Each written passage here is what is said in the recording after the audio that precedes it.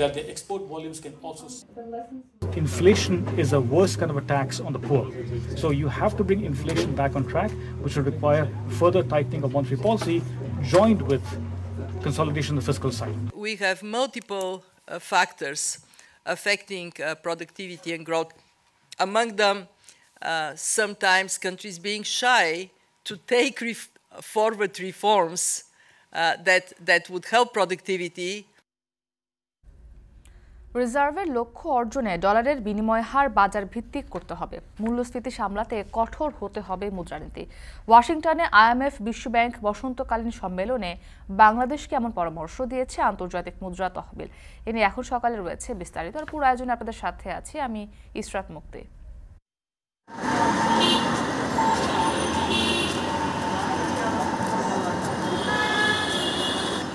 নতুন একটা স্কিম এটার এস্টাবলিশ হবে কিনা আদৌ এই জন্য আর কি যে আরো কিছু দেখি। সরকারদের জন্য আলাদা সুবিধা, বেসরকারিদের জন্য তারা টাকা জমা দেবে আবার পাবে, এটা একটা বৈষম্য হয়ে গেল। টিভিতে শুনেছি, পেপারে দেখেছি, কিন্তু জিনিসটা আমি অতটা ক্লিয়ার না যেটা আসলে কি। ব্যাংকিং খাতের, ইন্স্যুরেন্স খাতের যে অভিজ্ঞতা, সে অভিজ্ঞতা থেকে কিন্তু মানুষের একটা সংকোচ, একটা দ্বিধা, একটা আশঙ্কা, কিন্তু যেহেতু এটা একটা ভালো স্কিম, এটা কিন্তু একটু অন্যভাবে সাজানো যদি হয় তাহলে কিন্তু ওই আস্থাটা আসে।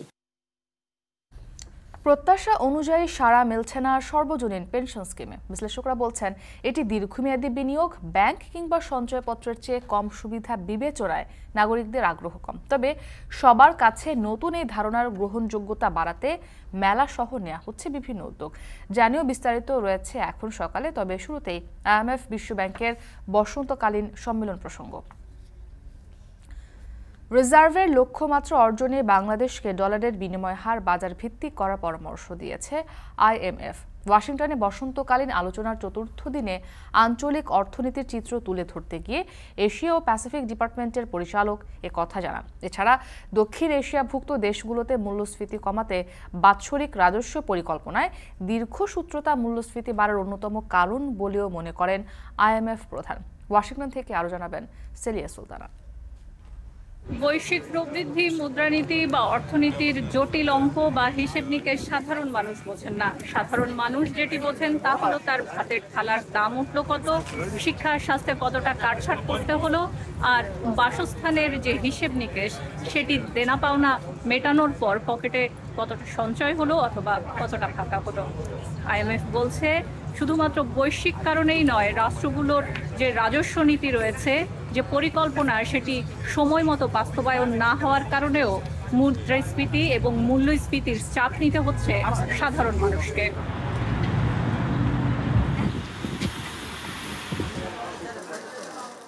গত এক বছরে মূল্যস্ফীতির রেকর্ড ভাঙার প্রতিযোগিতা ছিল খাদ্যপণ্যের বাজারে। বার্ষিক মূল্যস্ফীতি কখনো ওঠানামা করলেও নিত্য প্রয়োজনীয় দ্রব্যের বাজারে অসহায় হচ্ছে মানুষ। আয়ের সাথে ব্যয়ের ব্যবধান হয়েছে চড়া। শুরুতে সরকার আমদানি রপ্তানি সমন্বয়ে কঠোর নীতি আরোপ করে। এরপর মুদ্রানীতিতে ঋণের সুদের হার বাড়িয়ে মূল্যস্ফীতি নিয়ন্ত্রণে আসে কঠোরতা। চালু হয় ট্রেজারি বিলে 6 মাসের গড়ে স্মার্ট রেট পদ্ধতি। তবে মূল্যস্ফীতি সামাল দিতে মুদ্রানীতি আরও কঠোর করার পরামর্শ দিল আইএমএফ। সংবাদ সম্মেলন শেষে আইএমএফের এশিয়া ও প্যাসিফিক ডিপার্টমেন্টের পরিচালক বলেন, বাংলাদেশের রিজার্ভের লক্ষ্যমাত্রা অর্জনে ডলারের বিনিময় হার বাজার ভিত্তিক করার বিকল্প নেই। How you can increase your foreign exchange reserves, which will mean moving to a more flexible exchange rate regime. That could imply further impact on inflation. That would mean that monetary policy has to remain on a tightening mode for some time until inflation comes down to target. And why do I say that? Because inflation is a worse kind of a tax on the poor. So you have to bring inflation back on track, which will require further tightening of monetary policy, joined with consolidation on the fiscal side. So fiscal and monetary have to act together to bring inflation back to target. এদিকে IMF প্রধান জানান, রাজস্ব পরিকল্পনায় বাৎসরিক পরিকল্পনা বাস্তবায়নে যেসব দেশ পিছিয়ে আছে তাদের উপর মূল্যস্ফীতির জাল থেকে বেরোনো কঠিন হচ্ছে। Many countries aging populations, labor force that doesn't bring the dynamism that can help growth go up. In other words, we have multiple factors affecting productivity and growth. Among them, sometimes countries being shy to take forward reforms that would help productivity. সারা বিশ্বে Asia প্রবৃদ্ধিতে 60% অবদান রাখছে, তবে দুর্নীতির কারণে অনেক দেশে দেশি বিদেশি বিনিয়োগ কমছে বলে মত IMF-এর। সেলিয়া সুলতানা, এখন ওয়াশিংটন, মার্কিন যুক্তরাষ্ট্র। সর্বজনীন পেনশন স্কিমে গেল 8 মাসে 60,000 গ্রাহক হিসাব খুলেছেন, যার বিপরীতে জমা হয়েছে 45 কোটি টাকা, যা প্রত্যাশার চেয়েও কম। তাই এই স্কিম নিয়ে সরকারের অনেক প্রত্যাশা থাকলেও নাগরিকদের আগ্রহ দেখা যাচ্ছে না তেমন। বিশ্লেষকরা বলছেন এজন্য আস্থাহীনতা, দেশের অর্থনৈতিক পরিস্থিতি পেনশন স্কিমের লক্ষ্য বাস্তবায়নে বড় বাধা। তবে জাতীয় পেনশন কর্তৃপক্ষ বলছে সবার কাছে নতুন এই ধারণার গ্রহণযোগ্যতা বাড়াতে কাজ করছে তারা। আহাদ আহমেদের ছবিতে আরো জানাবেন মুন্নাফ রশিদ। বেসরকারি একটি প্রতিষ্ঠানে আইটি বিভাগে প্রায় 8 বছর ধরে কর্মরত আছেন SM আব্দুল্লাহ। মাসিক বেতন আর উৎসব ভাতা ছাড়া প্রভিডেন্ট ফান্ড কিংবা নেই কোনো পেনশন সুবিধা। চাকরি ছাড়লে পাবেন না এককালীন কোনো ভাতা বা টাকা। তার কাছে পেনশন মানে একসাথে নির্দিষ্ট অঙ্কের টাকা, যা পাওয়া যায় নির্দিষ্ট সময় পর। তবে দেশে নতুন চালু হওয়া সর্বজনীন পেনশন স্কিম নিয়ে তার ভাবনা কি? চালের দাম 20 বছরে বাড়ছে 8 গুণ, তাহলে আজ থেকে 28 বছর পরে আমার এই 3000 টাকার মূল্য কত হবে? তো আলটিমেটলি এখানে তো কোনো লাভের কিছু দেখি না। যদিও করি, এরপর আমার যে রিটার্নটা পাচ্ছি সেই রিটার্নটা আমার আরো মাইনাস হচ্ছে, আমার পকেট থেকে যাচ্ছে। তাহলে আমি কেন করবো বল? দেশের বেসরকারি খাতে কর্মরতদের বড় অংশেরই পরিস্থিতি আব্দুল্লাহর মতো। শ্রম জরিপ অনুযায়ী দেশে কাজে নিয়োজিতদের 85%ই অপ্রাতিষ্ঠানিক খাতে নিযুক্ত, যেখানে সাধারণ কর্পোরেট সুযোগ সুবিধাগুলোর নিশ্চয়তাও পান না অনেকেই। বেসরকারি গবেষণা সংস্থা centre for policy dialogue CPD বলছে দেশে 10% বেসরকারি চাকরিজীবীর প্রভিডেন্ট ফান্ড বা গ্র্যাচুইটি সুবিধা আছে, আর 40% বয়স্ক মানুষ সামাজিক নিরাপত্তা কর্মসূচির ভাতাভোগী। সরকারি পেনশন আওতার বাইরে থাকা নাগরিকের জন্য সরকার গেল বছর সর্বজনীন পেনশন স্কিম চালু করলেও এখনও জানেন না অনেকেই। যারা জানেন তাদের মধ্যে দীর্ঘমেয়াদী বিনিয়োগে আস্থাহীনতা আর ব্যাংক ডিপোজিট কিংবা সঞ্চয়পত্রের চেয়ে কম সুবিধা থাকার অভিযোগ তাদের।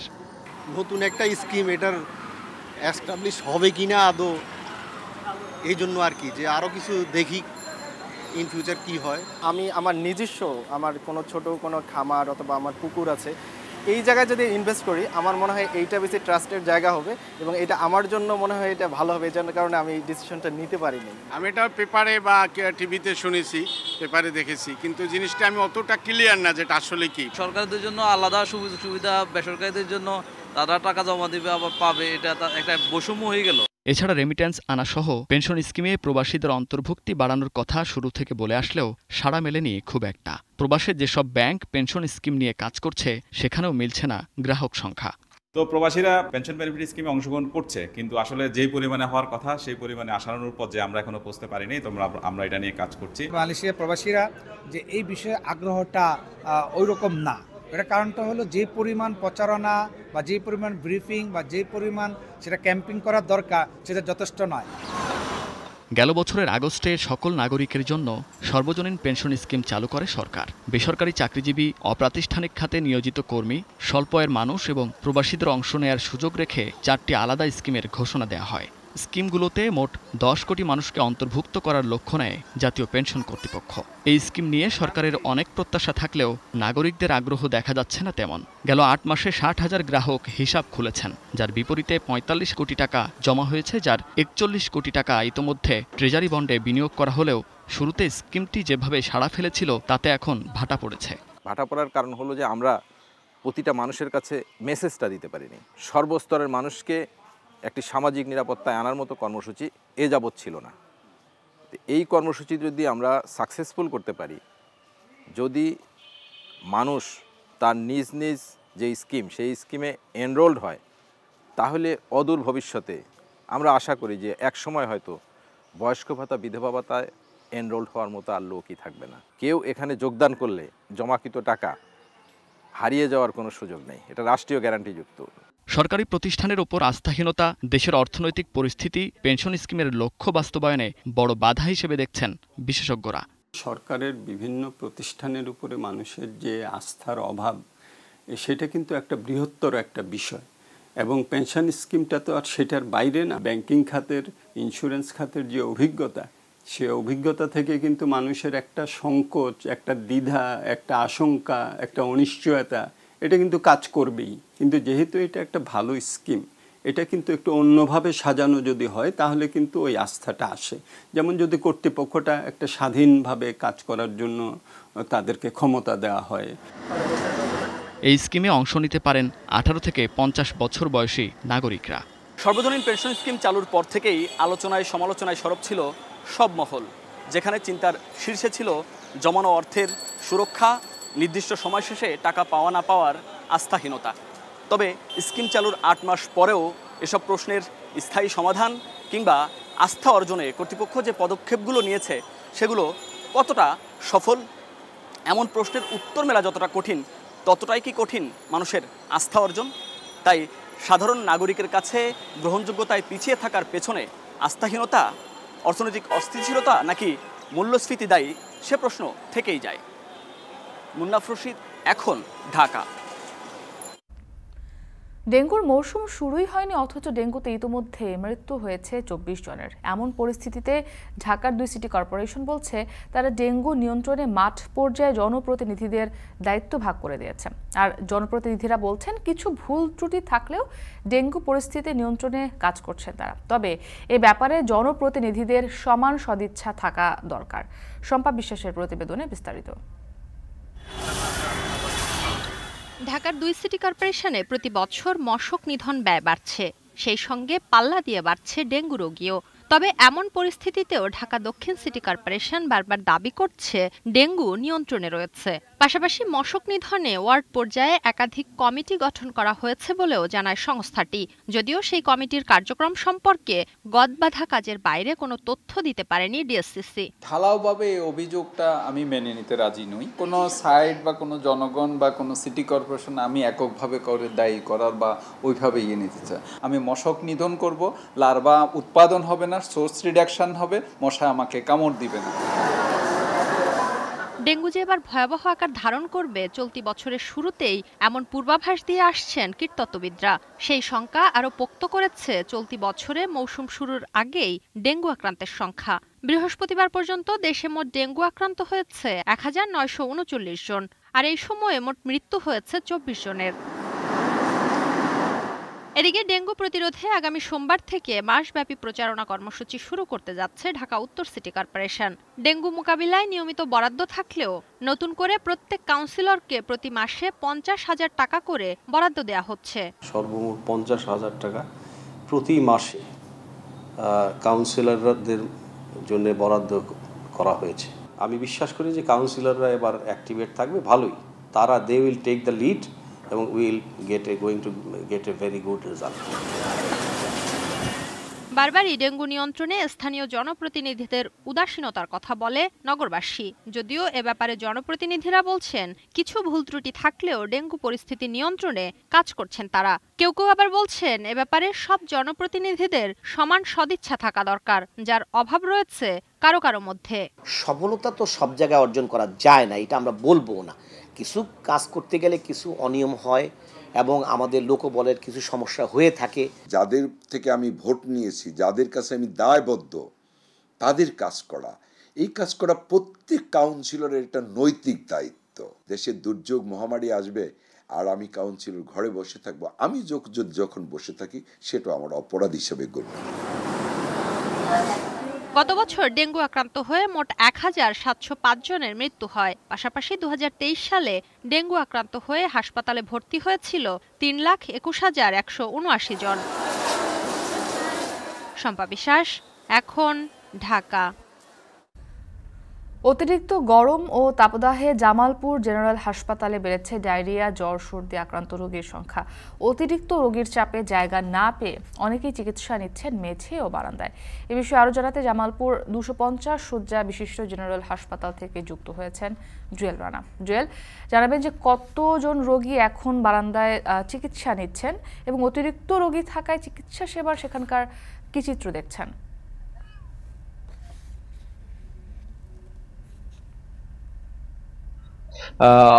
মুক্তি গেল 2 সপ্তাহের টানা তাপদাহ অতিরিক্ত গরমে ইতিমধ্যে জামালপুরের মানুষ কিন্তু নাকাল হয়ে পড়েছে আর জনজীবনের একটা স্থবিরতা দেখা দিয়েছে। তবে এই অতিরিক্ত গরমের কারণে ঠান্ডা, জ্বর, নিউমোনিয়া, ডায়রিয়া রোগীর সংখ্যা বেড়েছে। ইতিমধ্যে এই রোগে সবচেয়ে বেশি আক্রান্ত হচ্ছে শিশু এবং বৃদ্ধরা। আমি জামালপুর 250 শয্যা বিশিষ্ট জেনারেল হাসপাতালে রয়েছি।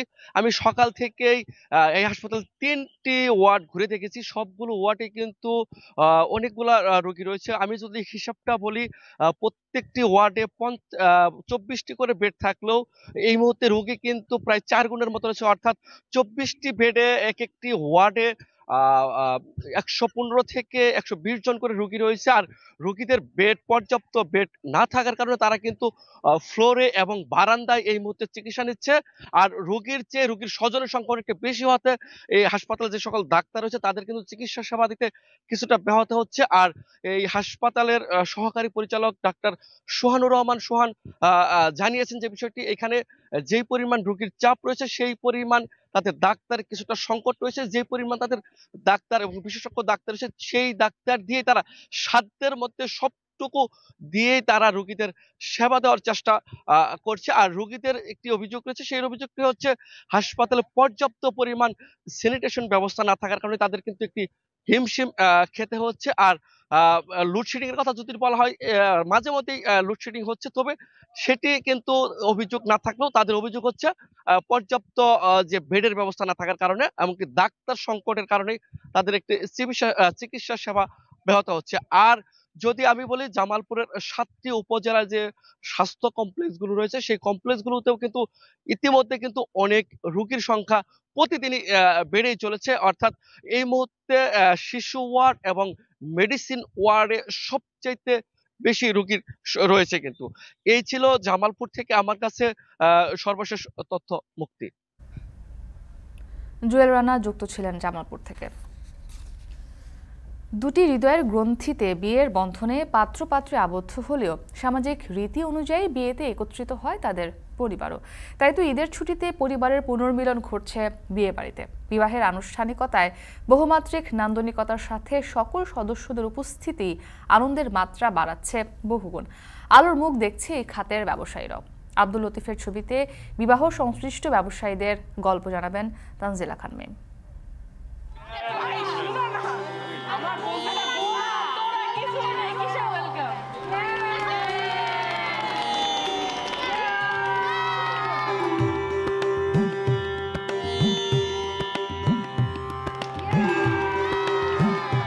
বিয়ের বাদ্য বা সানাইয়ে যখন পরিবারের সদস্যদের আনন্দ হুল্লোড় যোগ হয় তখনই তৈরি হয় উৎসবের ঐকতান।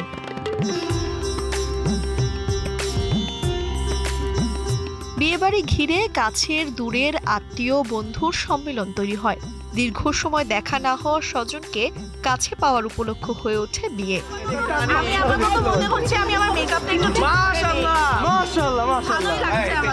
বিয়ের উৎসবের লগ্ন তৈরি হয় যদি আরেক উৎসবকে ঘিরে, তবে বিয়ে বাদ্য ও আলো যেন আরো চমক বাড়ায়।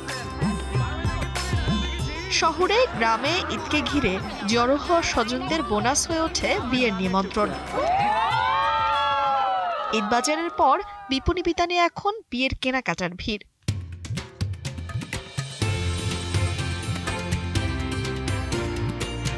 কারো বাগদান হয়েছে আগেই, এখন শুধু প্রস্তুতি আনুষ্ঠানিকতার, কারো আবার চলছে বাগদানের প্রস্তুতি।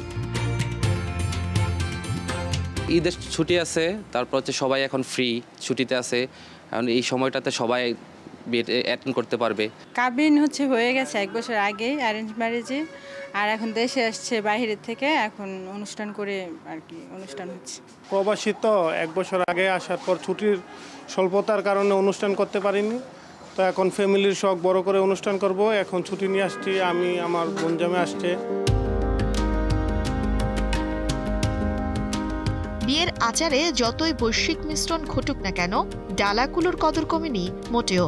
সঙ্গে পুরনো রেওয়াজের টুকিটাকি কিনতে হয় মেহেদি বা গায়ে হলুদ পর্বের জন্য। বরকনের পোশাকের পাশাপাশি স্বজন বন্ধুদের জন্য পোশাক কেনা তৈরির চল তো নতুন নয়, আগেও ছিল। রোজার শেষেও ভালো একটা বেচা কিনা গেছে, এখন ঈদের পর খোলার পরেও একটা কাস্টমারের চাপ আছে। এই বেনারসি আছে, আবার পার্টি শাড়ি আছে, আবার জর্জেটের উপরে কিছু এই যে রিয়েল স্টোনের শাড়ি আছে, এগুলোই চলতেছে এখন। বিয়ে কেনাকাটা আগে রোজার সময় কিছু ছিল, এখন যাদের ইমার্জেন্সি প্রয়োজন তারাই আসতেছে, এই ছাড়া খুব কম।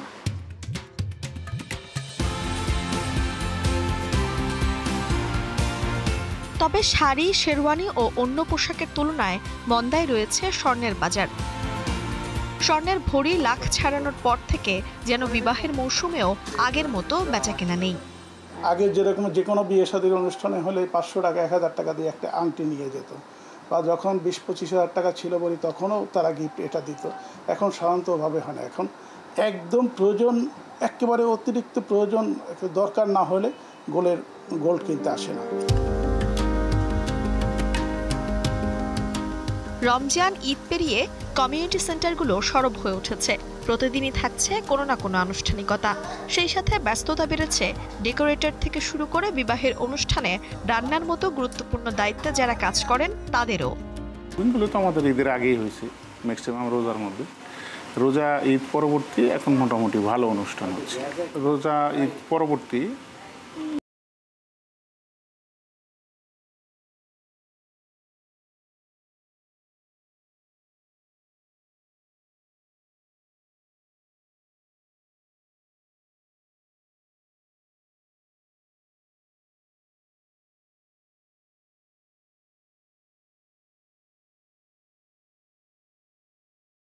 এখন সকালে নিচ্ছি একটি ছোট্ট বিরতি, সাথেই থাকুন।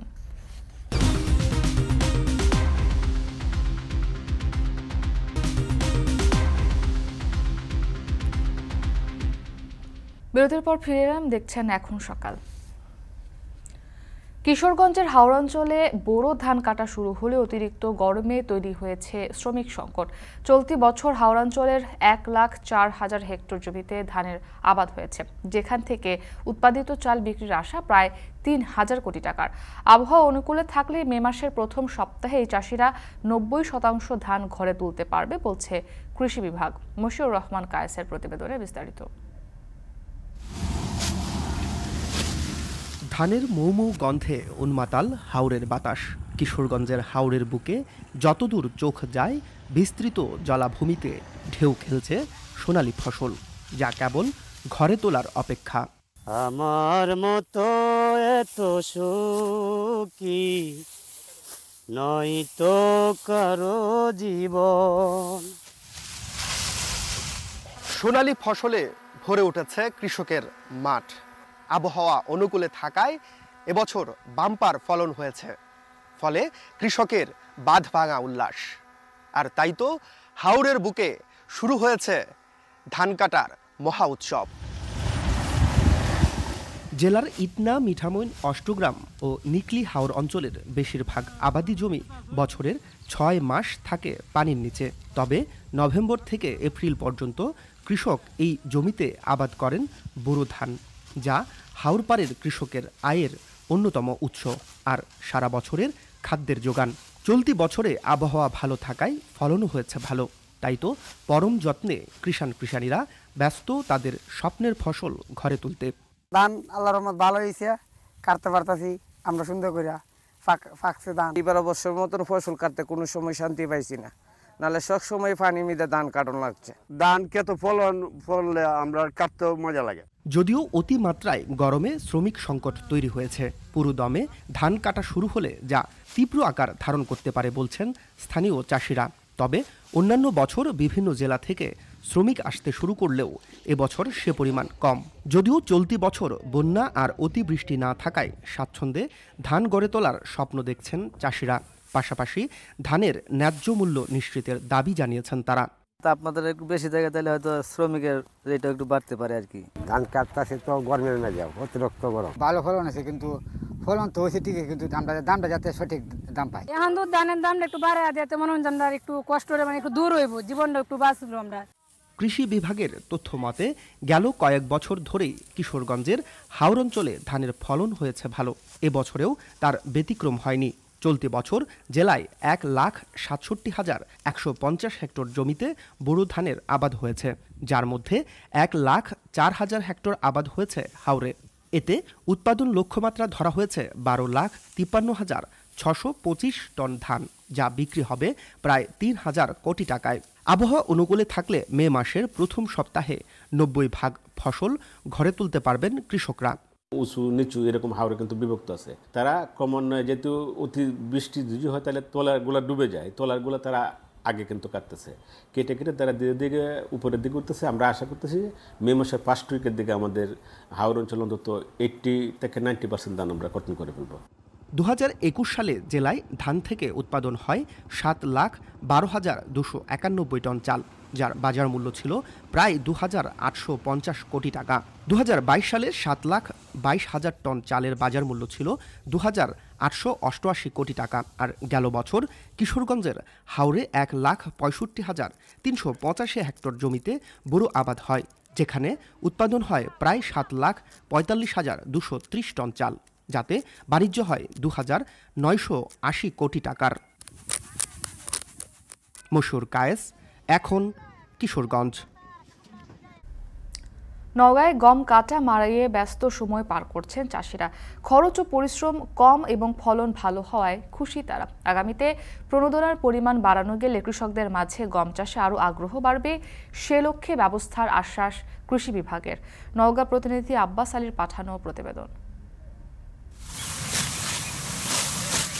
নওগাঁয় ধানের পাশাপাশি গম চাষে আগ্রহ বেড়েছে চাষিদের। বৈশ্বিক মন্দা ও রাশিয়া ইউক্রেন যুদ্ধের কারণে সংকট থাকায় চাহিদা বাড়ার পাশাপাশি বেড়েছে গমের দাম। চৈত্র মাসের শুরু থেকে এবং ইরি বোরো ধান ঘরে ওঠার আগ মুহূর্তে কৃষকের কিছুটা আর্থিক সংকট দেখা দেয়। এ থেকে কিছুটা মুক্তির জন্য অনেকে গমের আবাদ করে থাকেন। পরিশ্রম ও খরচ কম এবং ফলন ভালো হওয়ায় গম চাষে তাদের আগ্রহ বেড়েছে। মৌসুম শেষে এখন গম কাটা মারাইয়ে ব্যস্ত সময় পার করছেন চাষিরা। গম করে নিজে খাওয়ার জন্য, গরু ছাগল খাওয়ানোর জন্য, নিজেকে অর্থ করার জন্য করা হয়। বিক্রি করা কিছু টাকা নিয়ে আসা ফসল পানি করা হয়। সামনে একটা আবাদ আছে, ওরা উঠতে দেরি হয়, যার কারণে ওই গমের আবাদ করা খায়। ফলন ভালো পাওয়া যায়, একটু দাম পাওয়া যায়, ওই সময় টাকাটা পাওয়া যায়, এই জন্য আমরা ফসল পানি করি, গমের ফসলটা করি। আলু উঠানোর পর থেকে একই জমিতে 5 থেকে 7,000 টাকা খরচ করে রোপণ করা হয় গম। তবে অন্য জমিতে প্রতি বিঘাতে খরচ পড়ে অন্তত 10 থেকে 11,000 টাকা, যেখানে গমের উৎপাদন হয় 12 থেকে 14 মণ। আলু খাওয়ার পর আবার গমটা আমার বোনা লাগে, বোনার পর গমের ফলনটা হচ্ছে তোমার 13 থেকে 14 মণ। 10-11,000 খরচ পড়ে, আর আলুর মাটি হলে ওই 5-6,000, ফলন 12-13 মণ হয়। প্রায় 1 মাস গম কাটা মারাইয়ের কাজ চলে, যেখানে পারিশ্রমিক হিসেবে জনপ্রতি অন্তত 1.5 মণ গম পাবেন বলে জানান শ্রমিকরা। আর এ কাজ করে বাড়তি আয় করছেন তারা। প্রতি মনে 3.5 কেজি আমরা গম নেব মজুরি হিসাবে। সিজনে পাবো হলো 1.5 মণ করে। কাটা মারা করাছি, ব্যস্ত সময় 1 মাস গম কাটা মারা চলবে। আবাদ বাড়াতে এবং কৃষকদের উদ্বুদ্ধ করতে কৃষি অফিস থেকে এবছর 8,000 জনকে প্রণোদনা হিসেবে 20 কেজি করে বীজ এবং সার দেওয়া হয়েছে বলে জানান কৃষি কর্মকর্তা। ফলনও ভালো, প্রতি হেক্টরে 3.7 মেট্রিক টন হারে ফলন আসছে। কৃষক এ পর্যায়ে গম হারভেস্ট করায় ব্যস্ত রয়েছে। জেলা কৃষি সম্প্রসারণ অধিদপ্তরের তথ্য মতে এবছর জেলায় 17,150 হেক্টর জমিতে গমের আবাদ হয়েছে, যা থেকে 64,485 টন উৎপাদনের আশা কৃষি বিভাগের, যার বাজার মূল্য প্রায় 257,94 লাখ টাকা। এখন নওগাঁ। ফরিদপুরে লালমি নামক ফল চাষে লাভবান কৃষকরা। মধ্যস্বত্বভোগী না থাকায় ভালো দাম পাওয়ার কথা জানান তারা। জেলায় এবছর প্রায় 15 কোটি টাকার লালমি উৎপাদন হয়েছে। মফিজুর রহমান শিপনের তথ্য ও ছবিতে বিস্তারিত। প্রতি বছর জেলার সদরপুর ও ভাঙ্গা সহ বিভিন্ন উপজেলায় লালমির চাষ করা হয়। 90 দিনের এই ফসলের চাষাবাদে দিন দিন ঝুঁকছেন চাষিরা। তবে এবছর হঠাৎ করে বৃষ্টি এবং শীতের কারণে কিছুটা প্রভাব পড়েছে উৎপাদনে। লালমি দেখতে অনেকটা বাঙ্গির মতো হলেও এগুলোর গায়ে নেই কোনো শির। রং এবং গন্ধও বেশ আলাদা, স্বাদে আছে কিছুটা পার্থক্য। পেকে যায় 2 থেকে 2.5 মাসের মাঝেই। কৃষকরা এই ফলের নাম দিয়েছেন লালমি। জেলার মধ্যে সবচেয়ে বেশি আবাদ হয় সদরপুরে। ক্ষেত থেকে তুলে পাশের সড়কে রাখলেই বিক্রি হয়, নিয়ে যান বিভিন্ন জেলার পাইকাররা। 90 দিন আগে লাগাইছি, লাগাই এখন আমরা এই রোজা 3 রোজায় থেকে বেচতেছি। রোজার মাসে রোজার ফল হিসেবে পরিচিত। কারণ ইফতারির টাইমে এই ফলটা খুব বেশি চাহিদা থাকে মানুষের। দামের দিক দিয়ে এবার আলহামদুলিল্লাহ প্রত্যেকটা চাষি খুব ভালো পাইছে। গড়ে উঠেছে অস্থায়ী হাটও। স্থানীয় চাহিদা মিটিয়ে রাজধানী সহ দেশের বিভিন্ন শহর ও হাট বাজারে যায় এই ফল। সকাল 8টা থেকে দুপুর 12টা পর্যন্ত চলে এই হাট। প্রকারভেদে 100 লালমির দাম 1000 থেকে 3000 টাকা পর্যন্ত। শুধু সদরপুরে প্রতিদিন বেচাকেনা হয় 100 ট্রাকের বেশি। তবে এই হাটগুলোতে নেই কোনো আড়তদার, সরাসরি চাষিদের কাছ থেকে কিনে নেন ব্যাপারীরা। এই পণ্য বিক্রি করে দেখা গেছে আমাদের বাংলাদেশের সারা জেলায় ঢুকতেছে এবং কি এই পণ্য বেচে আমাদের কৃষক লাভবান হইতেছে। লালমিটা মোটামুটিভাবে খাওয়ার জন্য খুব বিখ্যাত, বাংলাদেশের সবখানে যায়। 52% জমিতে লালমি চাষে 25 থেকে 30 হাজার টাকা খরচ হয়। বিঘা প্রতি বিক্রি হয় 80,000 থেকে লক্ষাধিক টাকার।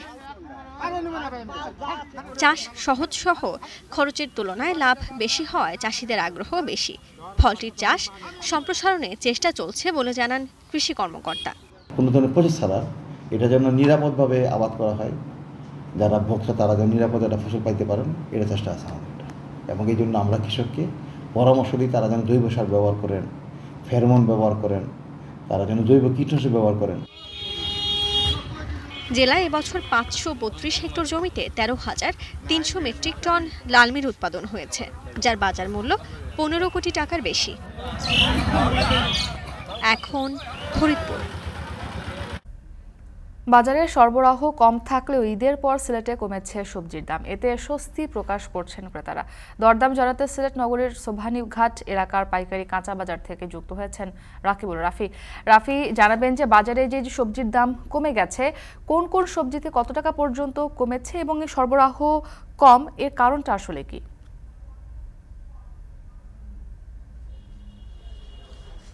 মুক্তি, এখনকার যে পরিস্থিতি আপনি দেখছেন যে সকালে ভোররাত থেকে কিন্তু মোটামুটি বৃষ্টিপাত হয়েছে সিলেটে, এবং আবহাওয়ার অধিদপ্তর যে বলেছে যে গত 3 দিন কিন্তু সিলেটে মোটামুটি একটা বৃষ্টিপাত হবে অন্যান্য জেলার সাথে সাথে, এবং এখানে জনজীবনে বৃষ্টিপাতের প্রভাব পড়লেও কিন্তু সবজি বাজারে কোনো রকম প্রভাব পড়েনি। এবং আমি বর্তমানে দাঁড়িয়ে আছি সিলেট নগরীর সোভানীঘাট এলাকার কাঁচা বাজারে। এখানে পাইকারি তো সকাল থেকে কিন্তু ব্যাপারী যারা আছেন, পাইকারি আড়তদার যারা আছেন, তারা মোটামুটি এখানে এই যে সবজিগুলো আছে সেগুলো সাজিয়ে রেখেছেন, এবং বলা চলে যে এবারে যে ক্রেতা চাহিদা বা ক্রেতা সমাগম সেখানে খুব কমই দেখা গিয়েছে বাজারে। এবং ব্যাপারী যারা আছেন, পাইকার আড়তদার যারা আছেন, পাইকারি বিক্রেতা যারা আছেন, তারা বলছেন যে এবারের যে সবজির যে দাম সেটা কিন্তু নিম্নমুখী আছে অন্যান্য সময়ের থেকে, এবং ঈদ এবং বৈশাখের পরে যে বিরতি আছে সেই বিরতিতে কিন্তু এখনও ক্রেতারা নগরীতে ফেরেননি, এবং যারা ব্যাপারী আছে, আড়তদাররা আছে, তারাও কিন্তু ফেরেনি, এবং সবজির সরবরাহ যেটা আছে সেটা এখনও নিয়ন্ত্রণে আছে। এবং বিক্রেতারা বলছেন যে সবজির সরবরাহ মোটামুটি ঈদ এবং বৈশাখ পরে ঠিক ভালো আছে, তবে দামের যে বিষয়টা আছে তারা বলছেন যে দামটা এখন অনেকটাই কম, কারণ এই ঈদ এবং বৈশাখের পরে যে নিম্নমুখী দামটা ছিল সেটা আর কোনো রকম পরিবর্তন হয়নি, এবং দেখা গিয়েছে যে পাইকার কম থাকায় সবজি যেটা মজুদ আছে সেটা কিন্তু যদি মজুদ রাখেন বিক্রেতারা সেটা নষ্ট হয়ে যায়, যার কারণে খুব কম দামে বিক্রি করতে হচ্ছে তাদের। এবং এখানে বাজারে সকালে এসে দেখেছি যে টমেটোর দাম কিছুটা বাড়তি আছে, টমেটো যেটা ছিল 20 টাকা সেটা 5 টাকা বেড়ে এখন পর্যন্ত 25 টাকা বা অনেকে 30 টাকা করে বিক্রি করছেন। ঝিঙ্গা যেটা আছে সেটা 38 টাকায় বিক্রি হচ্ছে, যেটা ঠিক সপ্তাহখানেক আগে 33 টাকায় বিক্রি হচ্ছিল, এবং করলা যেটা আছে সেটা খুব বাড়তি বিক্রি হচ্ছে 30 টাকায়, যেটা বিক্রি হচ্ছিল 22 থেকে 23 টাকা সপ্তাহখানেক ব্যবধান আগে। এবং আমরা অন্যান্য যে সবজি আছে সেগুলোর দাম সম্পর্কে জেনেছি যে শসা বিক্রি হচ্ছে 20 টাকা কমে 15 টাকা, এবং মরিচ বিক্রি হচ্ছে 40 টাকা, আলু বিক্রি হচ্ছে 24, গাজর 32, বেগুন 50 টাকা। তো মোটামুটি বলা চলে যে কয়েকটি সবজি ছাড়া কিন্তু মোটামুটি সবগুলো সবজির দাম নিয়ন্ত্রণে আছে, এবং ভোক্তা পর্যায়ে যারা আছেন তারা সন্তুষ্টি প্রকাশ করছেন। তো বলা চলে যে এই যে মৌসুমটা আছে এই মৌসুম পরে কিন্তু দাম বৃদ্ধি পাবে বলে বিক্রেতারা জানিয়েছেন। তো এই ছিল আমার কাছে সোভানীঘাট এলাকার কাঁচা বাজার থেকে সর্বশেষ মুক্তি। সবজির দরদাম জানাতে সিলেট থেকে যুক্ত ছিলেন সহকর্মী রাকিবুল রাফি। সমুদ্র কিংবা নদী মোহনায় জাল ফেলেও আশানুরূপ মাছ পাচ্ছেন না জেলেরা। এতে মাছের সরবরাহ কমেছে। বরগুনার বাজারে বেড়েছে ইলিশ ও সামুদ্রিক মাছ সহ প্রায় সকল প্রকার মাছের দাম। এ বিষয়ে আরও জানাতে বরগুনা সদরের পাইকারি মাছ বাজার থেকে যুক্ত হয়েছেন জিয়াদ মাহমুদ। জিয়াদ, বাজারে সরবরাহ পরিস্থিতি কেমন দেখছেন এবং কোন মাছ কত দামে বিক্রি হচ্ছে?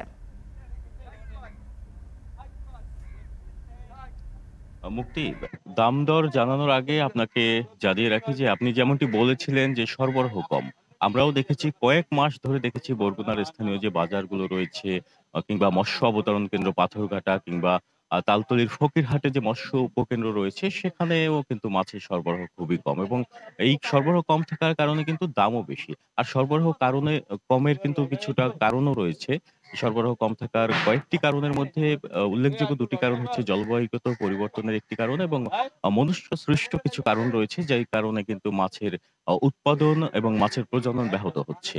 যেমন আমরা দেখেছি যে যখন অবরোধ দেওয়া হয় নদী মোহনা কিংবা সমুদ্রে, তখন কিন্তু অসাধু জেলেরা লুকিয়ে তারপর তারা মাছ ধরে শিকার করে থাকেন। এ কারণে কিন্তু মাছের প্রজনন ব্যাহত হচ্ছে। আর জলবায়ুগত পরিবর্তনের কারণে কিন্তু মাছের প্রজনন ব্যাহত হচ্ছে। এই দুটো কারণে কিন্তু আমরা দেখেছি যে ২০২১ সালের তথ্য মতে যেখানে দেশের ৫৮,০০০ ঝাটকা ধরার কারণে ২০২১ সালে দেশের ৫৮,০০০ টন মাছ ইলিশ আহরণ কম হয়েছিল এবং এই একই ধারা কিন্তু ২০২২ সালে এবং ২০২৩ সালে অব্যাহত ছিল এবং ২০২৪ সালের শুরু এখনো আমরা দেখেছি যে নদী মোহনা কিংবা সমুদ্রে কাঙ্ক্ষিত ইলিশের দেখা মিলছে না। আজকে এই যে বাজারটি রয়েছে বরগুনা সদরের পাইকারি বাজার, এখানে ইলিশের দেখা পর্যন্ত মেলে দু একটা হাতে গোনা ইলিশ উঠেছে। তবে পাথরঘাটা মৎস্য অবতরণ কেন্দ্রে আমরা খোঁজখবর নিয়েছি, সেখানে ১ কেজি ওজনের যেসব ইলিশ রয়েছে নদী মোহনায় পাওয়া যায় যেসব ইলিশ, সেই ইলিশগুলোর মন বিক্রি করা হচ্ছে ৯৫,০০০ টাকা দরে এবং যে ১ কেজির নিচে যেসব ইলিশ রয়েছে সেই ইলিশের মন বিক্রি করা হচ্ছে ৮৫,০০০ টাকা দরে। এছাড়া ৫০০ গ্রামের ইলিশের মন বিক্রি করা হচ্ছে ৪৫,০০০ টাকা দরে। তবে সমুদ্রের যেসব ইলিশ পাওয়া যায় সেই ইলিশের দামের সাথে যে নদী মোহনার ইলিশ, সেই ইলিশের দামের মন প্রতি ১০,০০০ টাকা ব্যবধান রয়েছে। এছাড়া অন্যান্য মাছ যেমন এখানকার যে বাজারে আমরা আজকে দেখেছি যে কোরাল মাছ বিক্রি করা হচ্ছে ১,০০০ টাকা কেজি দরে। এছাড়া আইড় মাছ বিক্রি করা হচ্ছে ৮০০ থেকে ১,০০০ টাকা কেজি দরে এবং পাঙাশ মাছ বিক্রি করা হচ্ছে ৮০০ থেকে ১২০০ টাকা কেজি দরে। তবে চাষের পাঙাশের দাম কিছুটা কম রয়েছে। চাষের পাঙাশ বিক্রি করা হচ্ছে ১৮০ টাকা কেজি দরে, তেলাপিয়া বিক্রি করা হচ্ছে ২০০ টাকা কেজি দরে এবং অন্যান্য যে কার্প জাতীয় মাছগুলো রয়েছে সেগুলো ৩০০ থেকে ৩৫০ টাকার মধ্যেই পাওয়া যাচ্ছে। এই ছিল বরগুনা থেকে আমার কাছে সবশেষ। মুক্তি। জিয়াদ মাহমুদ যুক্ত ছিলেন বরগুনা থেকে। এখন সকালে নিচ্ছে আরও একটি ছোট্ট বিরতি, সাথেই থাকুন।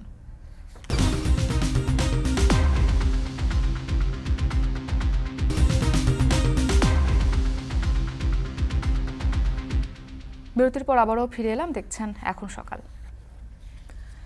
লোকসভা নির্বাচন ঘিরে বিপুল অর্থ খরচ করেছে ভারতের ক্ষমতাসীন দল বিজেপি। দেশের বেসরকারি হেলিকপ্টারগুলোর মধ্যে ৬০% ভাড়া নিয়েছেন দলটির প্রার্থীরা। রাজনৈতিক বিজ্ঞাপনের জন্য গুগল ও ফেসবুকে ব্যয় করা হয়েছে কোটি কোটি রুপি। নির্বাচনী প্রচারণায় অর্থ খরচের দিক থেকে বিজেপি ও কংগ্রেসের মধ্যে রয়েছে বিশাল ব্যবধান।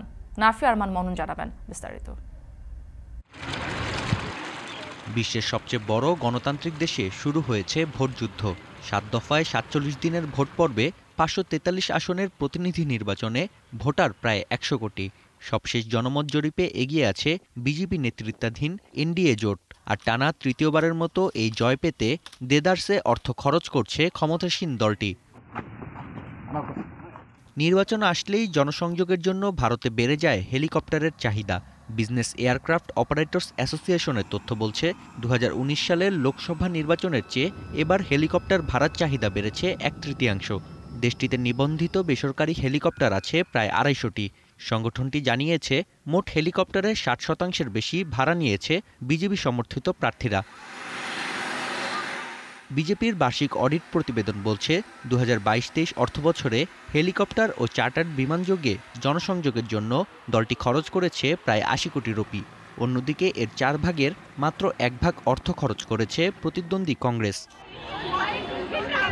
তরুণ ভোটারদের আকৃষ্ট করতে ইন্টারনেটকে টার্গেট করেছে বিজেপির আইটি সেল। চলতি বছর ভারতের 1,19,000-এর বেশি রাজনৈতিক বিজ্ঞাপনের জন্য গুগল আয় করে 138 কোটি রুপি। এর 1/3 এসেছে বিজেপির কাছ থেকে। অন্যদিকে কংগ্রেসের খরচের পরিমাণ ছিল মাত্র 11 কোটি রুপি। নির্বাচনের বছর ফেসবুকেও ছিল বিজেপির আধিপত্য। মার্ক জাকারবার্গের প্রতিষ্ঠানটিতে বিজ্ঞাপনের জন্য নরেন্দ্র মোদীর দল ব্যয় করে 8 কোটি 10 লাখ রুপি।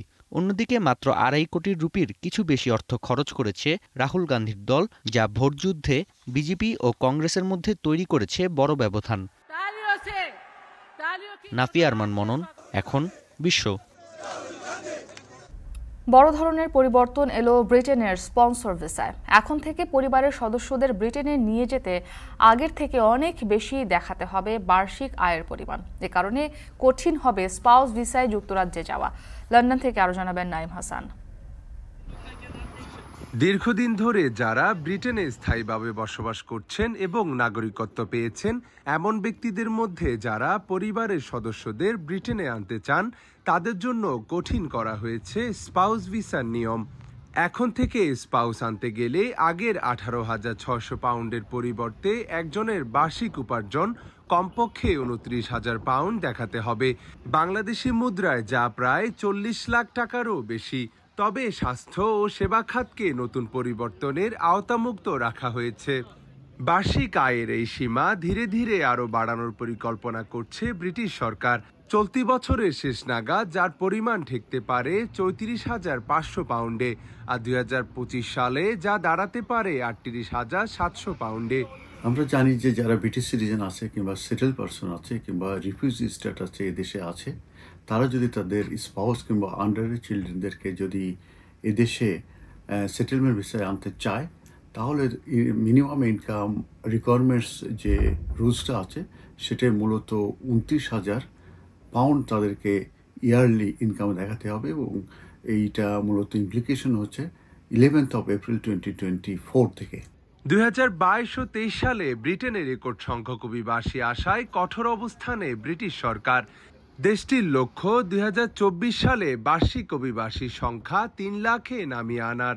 এর আগে 2023 সালে শিক্ষার্থী ও কেয়ার ওয়ার্কার ভিসায় স্পাউস আনা নিয়ে কড়াকড়ি আরোপ করে সরকার। বিশেষজ্ঞরা বলছেন সাধারণ নির্বাচনের ভোটে অভিবাসন ইস্যু বড় ভূমিকা পালন করবে।